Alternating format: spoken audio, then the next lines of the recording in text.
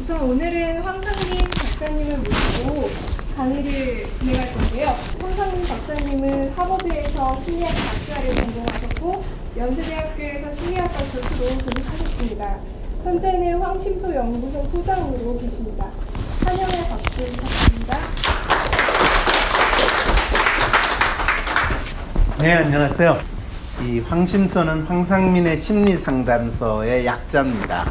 팟캐스트나 유튜브에서 많은 분들 상담 사연을 받아서 이제 그거에 대해서 상담을 해주는 건데요.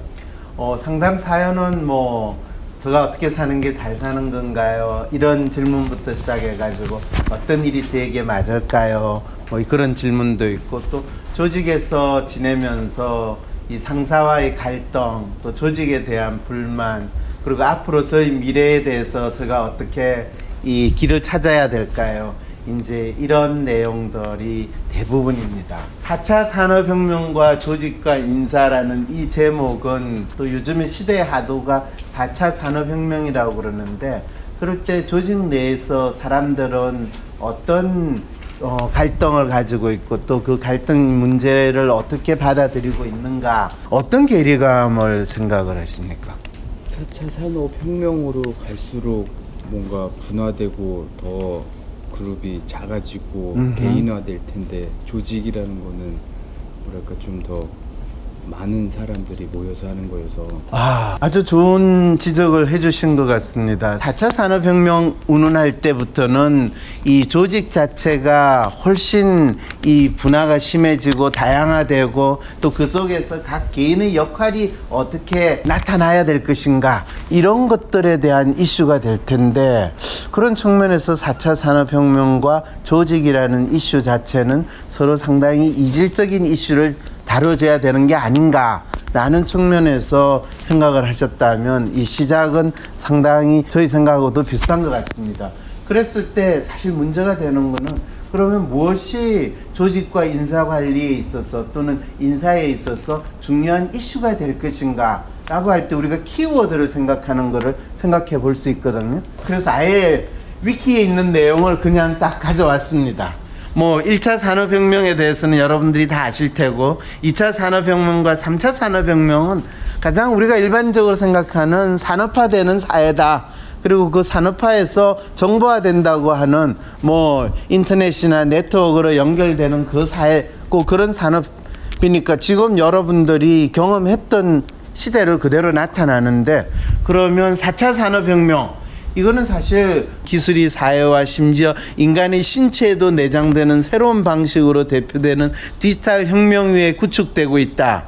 로봇공학, 인공지능, 나노기술, 양자 컴퓨팅, 생명공학, IoT, 3D 인쇄 자율 차량을 비롯한 여러 분야에서 새로운 기술 혁신이 나타나고 있다.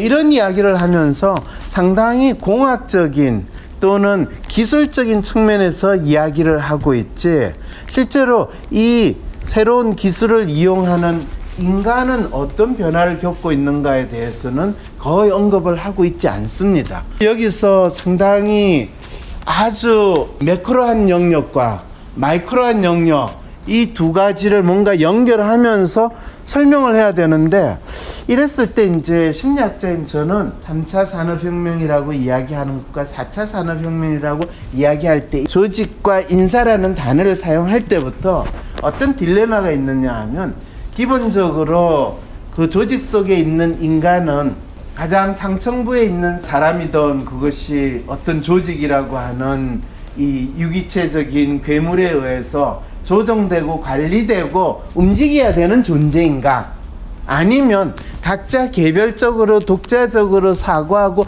행동하는 인간들이 서로의 생각을 공유하면서 어떤 공동의 목표를 수행하는 그런 것을 가정할 것인가. 그러면 4차 혁명 시대에 우리는 여전히 어떻게 보면 상당히 1차, 2차, 3차 시대의 그 조직의 모델 속에서 움직이고 있는 건 아닌가라는 딜레마에 있을 수 있다는 생각을 한다면, 4차 산업혁명 시대의 조직과 인사관리의 이슈는 진짜 중요한 이슈가 되겠구나라는 생각은 해볼 수 있지 않을까요? 그렇죠. 제가 이 강의를 준비하기 위해서 상당히 이분 저분들한테 여쭤봤어요. 특히 외국계 컨설팅 하시는 분들한테 요즘에 조직에서 당신들이 컨설팅 하기 위해서 4차 산업혁명 관련해 가지고 가장 많이 쓰는 단어가 뭡니까? 그랬더니 우리는 그거를 디지털 리더십이라고 이야기합니다 라고 이야기를 해요. 디지털 리더십요? 지금 사실은 이 네트워크 된 상황이고 또 글로벌한 시대에서 또 각자의 행위가 어차피 각각 개별적으로 일어나지만은 다 연결돼 있을 때 그것이 전통적인 이 하이 포지션에서 커맨더를 하는 그런 리더십의 개념이 아니라 상당히 다양한 형태의 리더십이 나타나고 또 그것이 뭐 SNS든 이런 또는 여러 가지 공학적인 기술을 이용해 가지고 각각의 사람들의 활동에 영향을 미치는 형태로 나타나기 때문에 그걸 디지털 리더십이라고 이야기합니다. 그럼 이전의 리더십이라고 이야기하는 거하고 뭐 다른가요? 아니요, 다르지 않아요. 그렇지만 한 가지 큰 차이가 있다면 어떤 리더십의 전형적인 모델, 오늘 이제 여러분들에게 리더십 개발이라고 이야기하는 그 모델이 있다면 마치 우리가 지동설, 천동설 이야기하는 그런 모델이 있다면 그것이 이제 개개의 사람들에게 있어서 어떻게 나타나고 있는가, 또 어떤 특정한 조직에 있어서 어떻게 나타나고 있는가, 그거를 먼저 확인하고 그 조직이 어떤 방향으로 가려고 하는가, 무엇을 이루려고 하는가에 따라서 그 리더십이 각기 다른 효과를 발휘하고 있다라는 그런 측면에서 리더십을 이야기합니다. 지금 계시는 조직에서 필요한 리더십은 어떤 거라고 생각을 혹시 해보신 적 있으신가요? 동료들을 잘 도와줄 수 동료들을 잘 도와줄 수 있는 리더십이다. 서로 상부상조하고 협동하는 리더십. 실제로 그 이야기를 하고 나서 많은 분들이 얼마나 그거에 대해서 공감할 건지는 혹시 생각해 보셨나요? 갑자기 막 걱정되죠. 예, 내가 생각하는 리더십이 조직이 생각하는 리더십하고 다르면 그럴 때는 어떻게 해야 되지? 라는 문제도 제기가 됩니다. 그럴 때는 어떻게 해야 되죠? 전통적으로 우리가 리더십 하면 조직에서 가장 높은 위치나 또는 그 다음에 있는 위치에 있는 분들이 가지는 어떤 생각이라고 했다면 이제는 리더십은 누구나 자기의 삶에 있어서 내가 조직 속에서 일할 때 나의 행동이나 생각을 결정하는 가장 핵심이 되어야 한다라는 개념으로 바뀌었다면 그것이 어쩌면 새롭게 여러분들이 먼저 인식을 해봐야 될 4차 산업혁명에서의 조직에서 나 자신이 어떤 리더십을 발휘할 것인가 라는 이슈로 제기된다는 문제가 됩니다. 공무원 생활을 한다 또는 조직 생활을 한다 라고 할 때 가장 중요한 건 뭡니까? 라고 하면 뭐라고 대답을 할까요? 성실성. 성실성. 모든 사람한테 중요해요. 네. 다른 분한테 물어보는 거, 그것도 중요한 겁니다. 한 사람한테만 집중적으로 물어보면,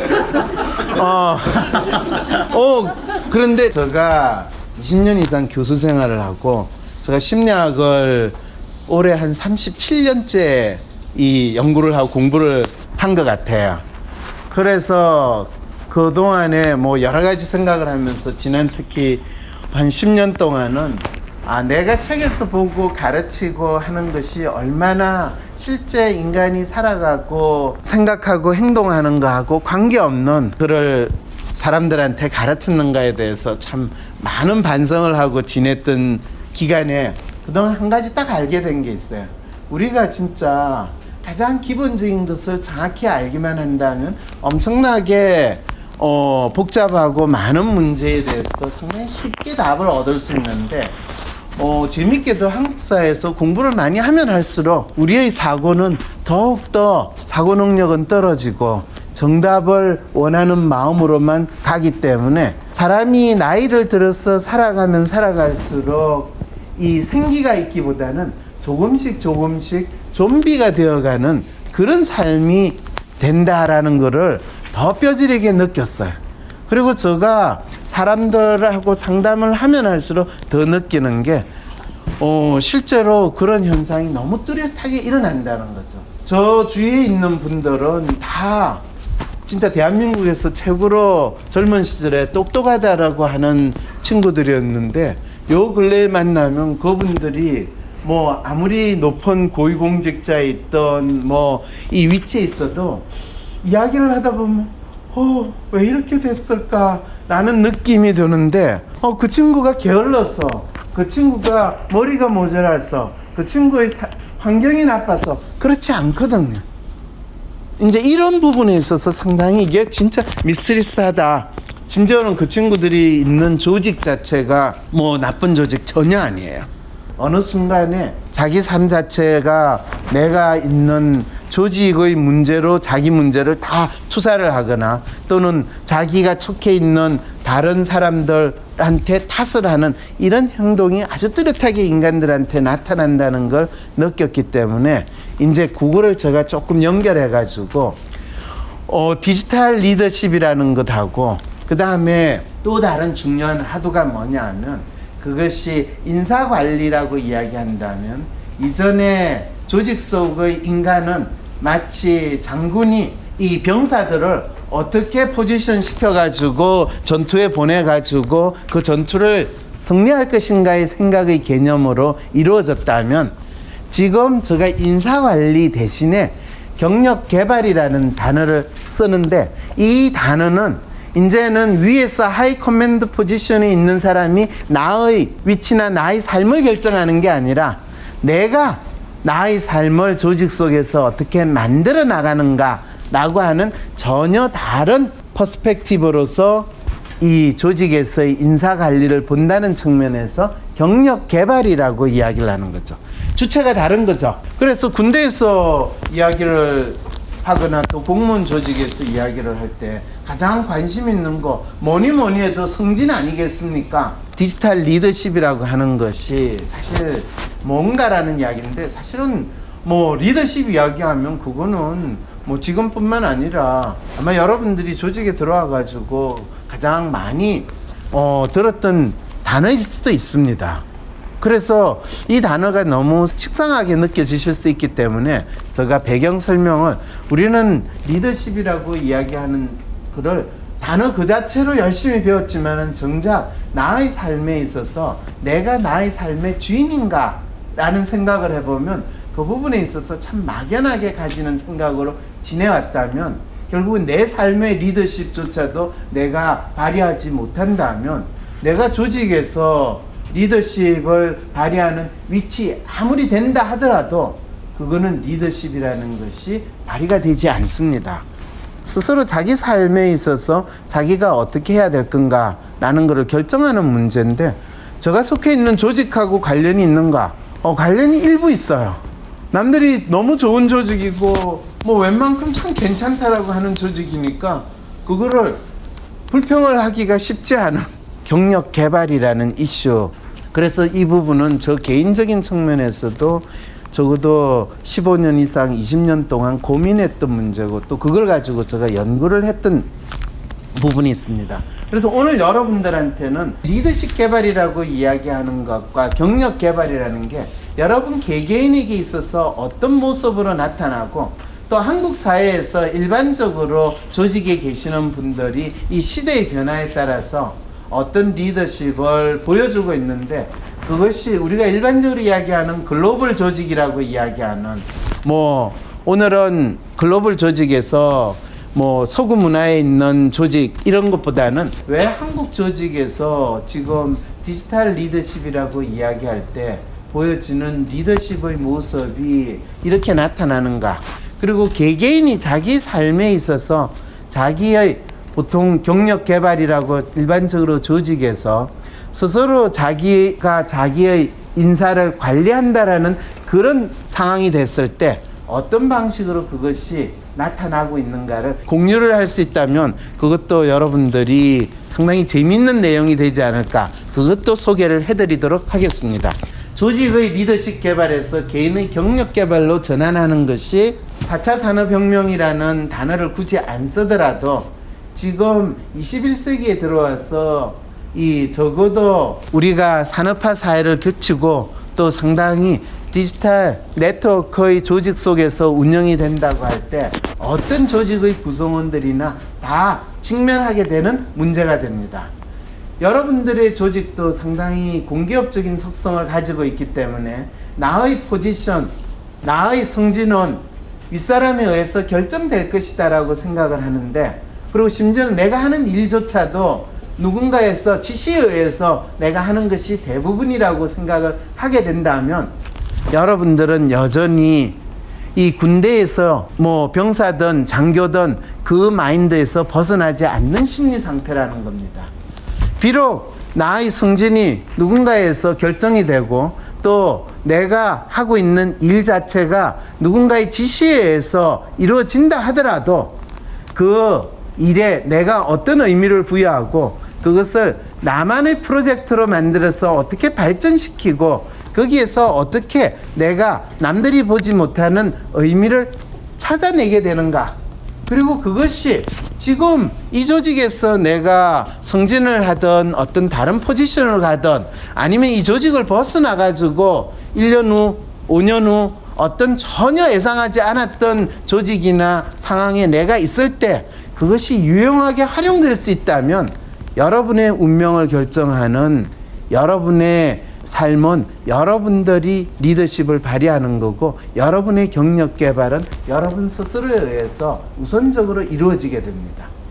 이 구분을 조직에 있는 분들한테 제가 설명을 하면 많은 분들이 상당히 약간 불편하게 생각하거나 두려워하시는 부분들이 상당히 많습니다. 그럼 날 보고 이 조직을 떠나라는 거냐, 뭐 이런 이야기부터 시작해가지고, 그게 아닙니다. 실제로 조직이라는 물리적 환경 속에 있다 하더라도 여전히 그거에 대해서 결정하는 거는 나 자신이라는 마음을 잃지 마십시오라는 이야기입니다. 이거는 극단적으로 대비를 하면 빅터 프랑크라는 사람이 의미를 찾는다라는 책에서 뭐라고 표현을 했냐 하면, 그 사람은 이 2차 세계대전에 유태인 수용소에서 이 수용되었던 그 당시에 정신과 의사였어요. 나중에 이제 거기서 나와가지고 사람들이 어떻게 극한적인 상황에서 살아남을 수 있었는가, 살아남는 사람과 그 상황에서 일찍 죽은 사람들의 차이는 무엇인가, 이거에 대해서 나름대로 탐색을 했는데, 그럴 때 이 사람은 어떤 이야기를 했냐 하면, 수용소에서 자기가 갇혀 있을 때 하더라도 간수는, 자기를 감시하는 간수는 자기의 신체에 대해서는 감시를 할 수 있지만 자기가 어떤 생각을 하고 있는지는 간수는 감시를 할 수 없다. 그래서 수용소에서 갇혀 있는 그 상황에서 머릿속으로 자기가 하고 싶은 생각, 좋아하는 생각, 자기가 원하는 생각, 그것을 열심히 할 수 있었던 사람들은 결국에 아무리 혹독한 조건에도 살아남았고, 그냥 자기가 처해 있는 상황에서 자기는 아무것도 할 수 없어요 라고 스스로 포기했던 사람들은 결국에는 수용소에서 이 계절이 바뀔 때마다 죽어나갔다라고 설명을 합니다. 그것이 여러분의 조직이 뭐 아우슈비츠 수용소와 비슷하지는 않겠지만은, 제가 많은 분들을 인터뷰하고 조직에 있는 분들을 상담을 할 때 이 물리적으로 아무리 멋진 공간에 빌딩에 있다 하더라도 거의 심리적 상황은 수용소에서 갇혀있는 재수하고 별로 그렇게 다르지 않는 심리 상태로 지낸다는 것을 상당히 많이 느꼈거든요. 거기에 대해서 공감한다는 대답도 하시면 안 돼요. 예. 재밌는 건요, 회사의 사장님이라고 해서 저는 아주 편하게 지내실 줄 알았더니 사장님은 더 신경을 더 많이 쓰시더라고요. 회장님은 더 심해요. 특히 요즘같이 뭐 조금이라도 재벌 회장님이 뭐 한마디 하면 뭐 난리 나는 세상이면 이거는 더 심각한. 그래서 와, 우리 사회에서 살고 있는 사람들은 물리적으로는 자유롭게 사는지 모르겠지만 까딱 잘못하면 심리적인 수용소에서 재수로 살 수 있을 수 있는데, 그것이 어쩌면 4차 산업혁명의 시대라고 하는 이런 변화된 시대에서 우리 모두가 가장 먼저 인식해야 되는 이슈가 아닐까라는 측면에서 이제 오늘 여러분들에게 이야기를 하는 겁니다. 그럴 때 조직의 다양한 특성과 가치는 무엇인가? 변화된 조직 속의 우선순위와 가치는 무엇인가? 조직 속의 개인은 자신의 삶을 어떻게 설정할 수 있는가? 이런 질문 많이 하시죠, 그죠? 네. 네. 그리고 거기에 대해서 조직에서는 나름대로 답을 참 많이 주시죠, 그죠? 그렇지 않습니다. 안 줘요. 큰일 났네. 어떡하죠? 그러면 제가 오늘 이런 질문을 내볼게요. 왜 사세요? 그 질문을 어떻게 해? 그럴 때 그 질문을 받을 때 기분이 어떠세요? 막막합니다. 막막하죠. 맞아요. 그래서 사람들한테 막막한 기분을 들게 하는 건 나쁜 일이기 때문에 이런 질문을 거의 안 해요. 심지어는 사람들이 자기 자신한테도 안 해요. 그리고 꼭 이런 질문을 학교 다닐 때 너 왜 사니? 이런 질문 들으면 그건 항상 야단 맞을 때 부모님도 간혹 가다가 자식들한테 그런 이야기 하잖아요. 너 왜 사냐? 뭐 이런 거. 그럴 때 자식들은 부모님한테 부모님은 왜 사세요? 그렇게 이야기하면 한 대 얻어맞죠, 그죠? 예. 자, 그런데 우리는 그래서 질문을 안 하도록 학습이 됐습니다. 그런데 저는 제가 살아오면서 저한테 가장 중요한 질문은 넌 왜 사니? 황상민, 너는 왜 사니?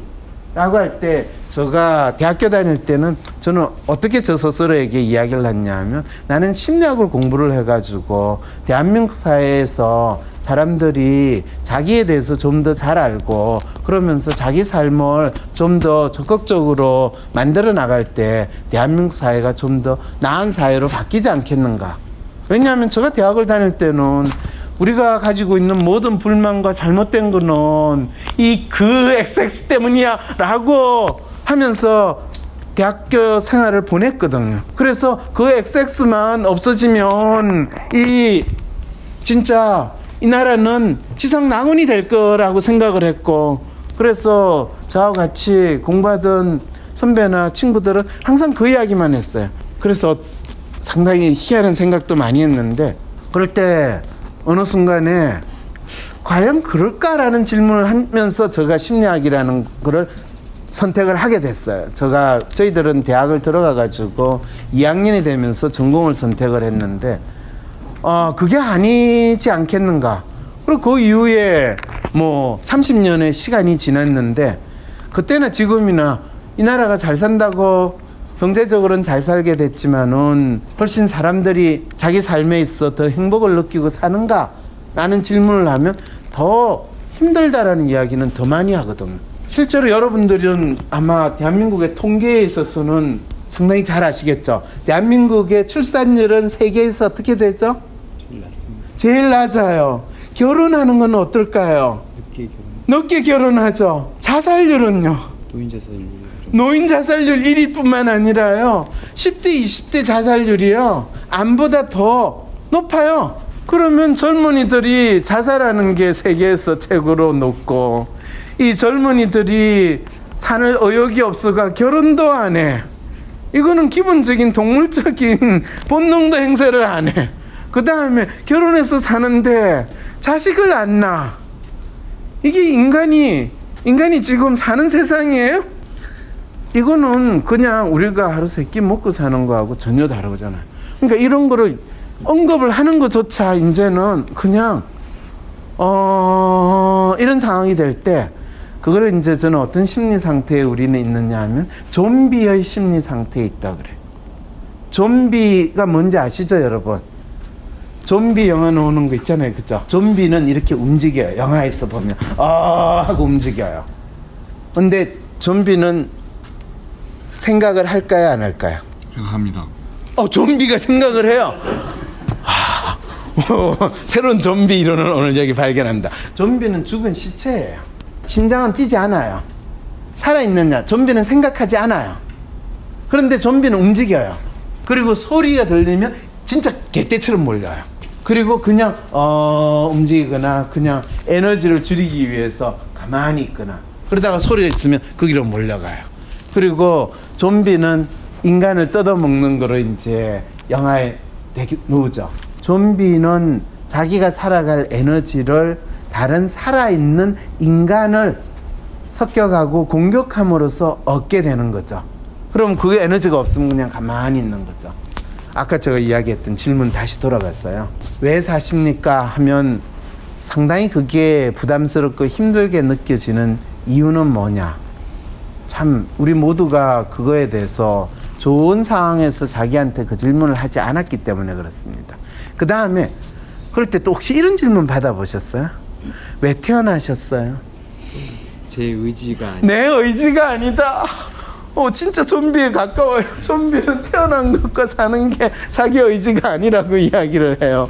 예. 누군가의 순간적인 실수에 의해서 태어나셨군요. 그럼 누군가의 순간적인 실수에 의해서 이 세상을 떠나도 별로 그렇게 아쉬울 게 없겠네요. 그건 아니죠. 그건 아니죠.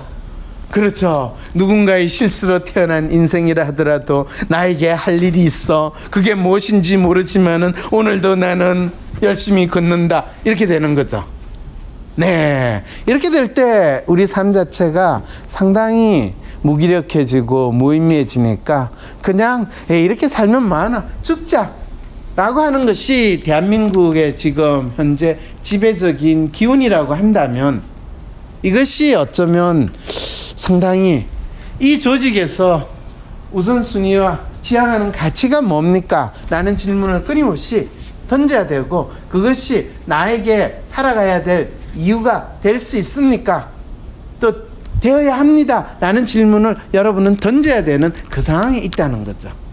그것이 이제 이 디지털 리더십이라고 할 때 조직이 어떻게 그 구성원들을 관리할 것인가라는 측면에서 그러니까 또 어떤 조직에서는요. 그래서 조직의 가치 뭐 이렇게 막 이야기를 하고 그거 가지고 또 일반 기업에서는 난리를 쳐요. 그러면 그런 일이 장난 아닙니다. 조직 속에서 개인은 자신의 삶을 어떻게 설정해야 되는가에 대해서 그 조직은 그 조직의 구성원들에게 구체적으로 어떻게 살아야 되는지, 왜 살아야 되는지, 무엇을 해야 되는지 전혀 알 수 없는 채로 각자 도생하는 그 심리 상태에서 어쨌든 간에 내가 여기서 살아남아야 된다라는 마음만 들고 거기에서는 그냥 남들에게 있어서 그럴듯하게 보일 수 있는 모습만 보이고 내가 그냥 이 시간을 잘 보내기만 하게 되고 언제까지 붙어 있을 때까지 붙어 있어야 된다라는 문제가 되는 거죠. 그런 걸 가장 절실하게 느끼는 젊은이들이 이 사회에서 공무원이 되고 싶으며 공무원이 되기 위해서 아주 난리를 치는 시대가 돼버린 거죠. 사실은 그랬을 때 이제 조직 속에서의 인사는 어떻게 이루어지느냐라고 할 때 저는 경력 개발 플러스 각자의 마음인데 전통적으로 인사관리라고 이야기해서 그 인사관리는 분명히 21세기든 4차 산업혁명을 부르짖는 시대에는 맞지 않다라고 생각함에도 불구하고 그러면 어떻게 해야 됩니까? 라고 할 때 아마 여러분 조직도 마찬가지예요. 그러면 각자 지금 하고 있는 일 또는 각자 하는 업무에 있어서 평가, 실적 그런 걸 어떻게 스스로 파악을 할 수 있습니까?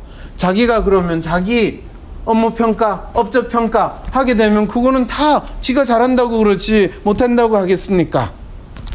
이럴 때 그럼 어떻게 해야 되지? 이런 고민이 첫째 있는 것이 경력 개발이고 그 다음에 그걸 또 좀비가 된 상태로 그냥 이런 식으로 지내는 상태에서 받아들일 것이냐 아니면 살아있는 인간으로서 이것을 자기의 삶을 만들어가고 내가 이 조직에서 처음 시작할 때 1년, 3년, 5년, 10년, 15년, 20년, 30년 동안에 어떤 식으로 이 조직에서 나를 발전시켜 나갈 것인가, 개개인이 그런 그림을 그릴 수 있을 것인가. 이제 상담을 사실은 하게 되면 가장 먼저 첫 번째 알게 되는 거는 본인이 문제라고 생각을 해서 저한테 가져왔던 그 문제가 자기 삶에 있어 실제 문제가 아니라는 사실을 알게 돼요. 자기가 문제가 뭔지조차도 몰랐고 문제 자체를 제대로 보지도 못했다라는 것을 알게 돼요.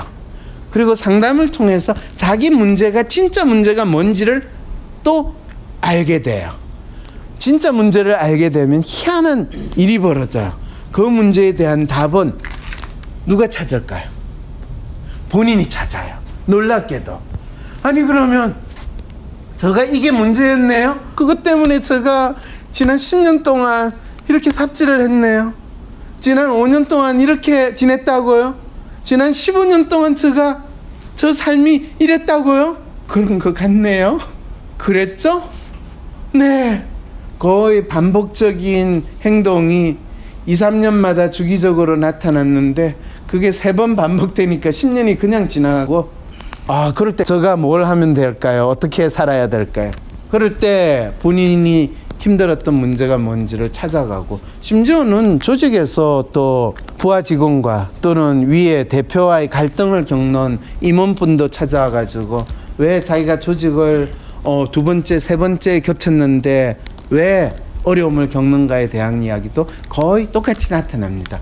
이것이 이제 우리가 막연히 이래야 된다라고 믿는 정답과 같은 거를 쫓아가는 그 과거의 인사관리나 경력개발이었다면, 이제는 자기가 어떤 사람인지 알고 자기가 어떤 문제를 가지고 있는가를 인식을 하기 시작할 때 자기의 경력개발이라는 게 만들어진다라는 것을 여러분들이 먼저 파악을 해야 됩니다. 저 개인적으로는 집단 상담을 하는 마음으로 했으면 하는 생각에서 이제 이 워밍업을 한 겁니다.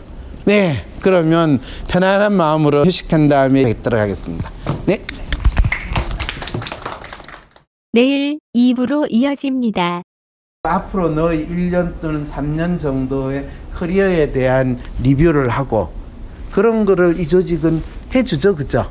특히 상사나 뭐 다른 전문가가 평가 시기에 잠깐. 네, 직업과 관련된 나의 커리어와 관련된 조직에서 내가 하고 있는 일과 관련된 욕망이 무엇인지를 뚜렷이 하지 못한다면 그것이 앞으로 어떤 방향으로 어떤 일로 변환될 것인가에 대해서 당신은 상상조차 할 수 없고, 그리고 당신은 그 일을 하기가 힘들 겁니다. 오늘 이 시간에서는 여러분 개인 고유의 특성이 이런 조직 환경에서 상호작용해 가지고 여러분 나름대로 경력 개발에 대해서 어떤 마음이 만들어졌는가, 이미 여러분의 마음을 제가 MRI처럼 쫙 스캔을 했습니다. 그리고 기대해 주십시오. 그거를 오늘 여러분 이 자리에서 여러분 다 공표를 하겠습니다. 한국 사람들이 자기의 경력에 대해서 생각하는 것은 6가지의 마음이 있다는 것을 알아냈습니다. 모범 사원형, 그 다음에 취미 직장인, 그 다음 능력 직장인, 그 다음에 이제 회사 탈출형, 열렬 직장인은 직장에 충성하는, 그 다음에 이제 회사 맞춤형,